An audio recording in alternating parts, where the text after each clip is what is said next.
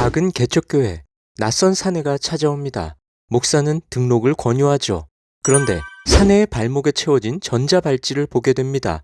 곧 여중생 신도가 실종되는 사건이 발생하는데요. 사내가 범인이라고 확신한 목사, 사내를 쫓기 시작합니다. 한편 사내를 쫓는 또 한 사람, 그녀는 경찰인데요. 사내에게 유난히 집착하는 것 같습니다. 대체 이들 사이에 무슨 일이 일어나고 있는 걸까요?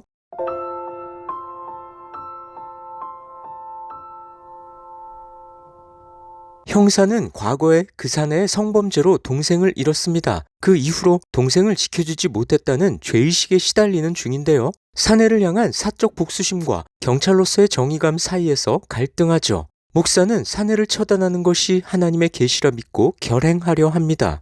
형사는 목사에게서 수상한 점을 발견하죠. 여기에 흉악스러운 사내가 뒤얽히며 파국이 찾아옵니다.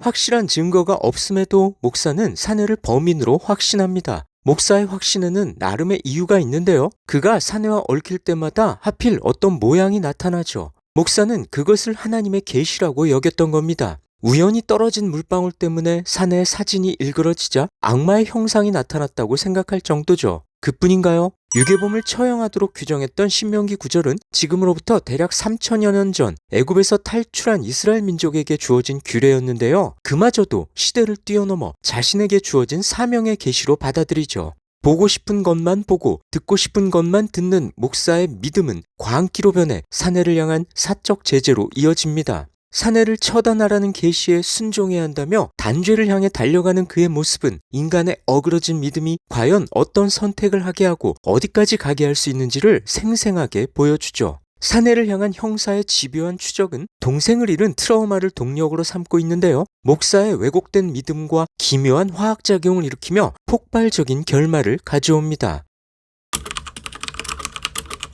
이 영화를 연출한 감독은 전작들에서도 왜곡된 신념이 빚어낸 파멸을 그려낸 바 있습니다. 사이비 종교에 붙들린 광신도들의 추악한 탐욕은 사이비에서, 어떠한 현상을 자신의 잣대로 해석하다가 올무에 걸리는 인간 군상들은 지옥 2편에서 담아낸 바 있죠. 이건 다른 창작자들도 마찬가지인데요.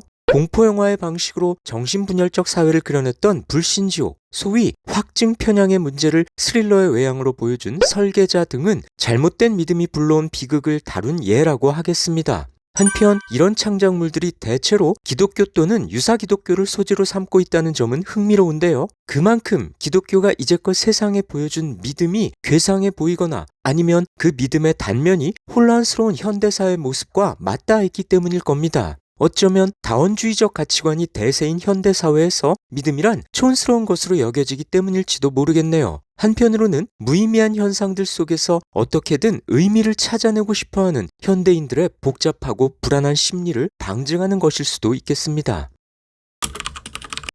짓궂게도 영화는 믿음이라는 토대 위에 서 있는 기독교의 민낯을 보여줍니다. 목사의 아내는 외도를 하고요. 대형교회 목사는 아들에게 세습을 하려 하지만 아들이 교회 신도와 불륜 관계임이 밝혀져 실패합니다. 게다가 불륜 상대자는 의도적인 범행을 저질렀고 아들은 여린 마음에 유혹에 넘어갔을 뿐이라며 이를 무마하려 들죠. 작은 개척교회에 헌신하고 있는 주인공 또한 대형교회의 담임 목사 자리에 대한 욕심을 노골적으로 드러내는데요. 아내의 외도를 알아채자 담임 목사 청빙에 걸림돌이 될까봐 회개하라며 아내를 겁박하죠. 이 장면은 보기에 불편할 정도로 기괴합니다. 신도들은 실종된 소녀의 무사 귀환을 바라며 기도하지만 정작 소녀 부모의 고통스러운 심경은 안중에도 없지요. 사모들이 치러내는 요양원 봉사는 진정성이 의심스럽습니다. 이렇듯 불완전한 인간들이 믿음이라는 기치 아래 뒤엉켜 있는 영화 속 장면들은 몹시 민망하지만 기독교의 민낯임을 부인할 수 없을 뿐더러 온전한 믿음이란 무엇인지 사유하게 합니다.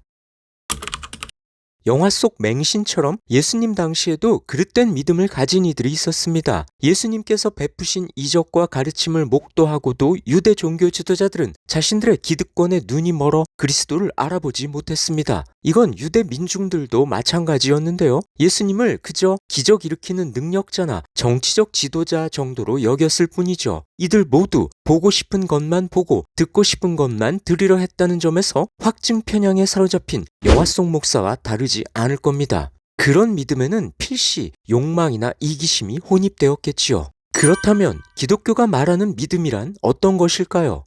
이 영상에서 믿음의 전부를 설명할 수는 없지만 핵심은 이것이 아닐까요? 세상이 원하는 삶의 방식과는 다른 삶을 그리스도를 통해서 누릴 수 있음을 진리로 받아들이는 것. 그렇습니다. 그런 믿음을 지닌이라면 뒤틀리고 어그러진 신념조차 열정으로 포장되어 버리는 작금의 세태를 거스르는 참 성도일 겁니다. 안타깝게도 영화 속 뒤틀린 믿음이 빚어내는 광기와 파멸의 모습에는 혼란으로 가득한 한국 사회가 투영되어 보입니다. 저마다 자기의 믿음이 순전하다고 생각하는 이들 간의 극단적 대립이 일상이 되어버린 요즘, 영화 계시록은 우리에게 믿음에 관한 묵직한 화두를 던져줍니다. 영화로 읽는 성경 이야기입니다.